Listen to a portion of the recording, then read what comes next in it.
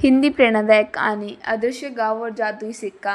हिमालय की वादियों के बीच एक ऐसा रहस्यमय गांव था जो साल में एक बार दिवाली की रात को कुछ घंटे के लिए इंसानों को दिखाई देता था। उस गांव का एक नाम था नूरपुर। वहाँ के लोग बेहद खुशमिजाज थे और उनके पास कभी किसी चीज़ की कमी नहीं होती थी।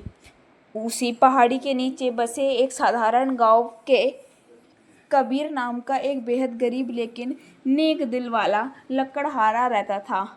एक बार दिवाली की रात को जब वह लकड़ी काटने जंगल में थोड़ा अंदर गया तो अचानक उसे घने कोहरे के बीच जगमगाती हुई रोशनी दिखाई दी। वह आगे बढ़ा तो उसने देखा कि वह एक खूबसूरत गांव में जहां लोग खुशियां मना रहे हैं। कबीर उस गांव के बाजार में घूमने गया। वहां उसे एक बूढ़ी अम्मा मिली जो भारी सामान उठाने की कोशिश कर रही थी। कबीर ने बिना कुछ सोचे समझे आगे बढ़कर उनकी मदद की और सारा सामान उनके घर पहुंचाया। विदा लेते समय अम्मा ने मुस्कुरा के कबीर को एक तांबे का सिक्का दिया और कहा, बेटा ये तुम्हारी ईमानदारी का इनाम है, इसे संभाल के रखना। तभी अचानक सुबह की पहली किरण पड़ी और वहाँ पूरा गांव में गायब हो गया। कबीर खुद को एक घने जंगल में अकेला पाया।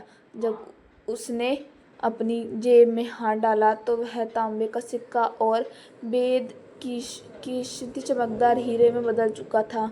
कबीर ने उस हीरे को बेचकर अपनी गरीबी दूर की और गांव में एक बड़ा अस्पताल खुलवाया।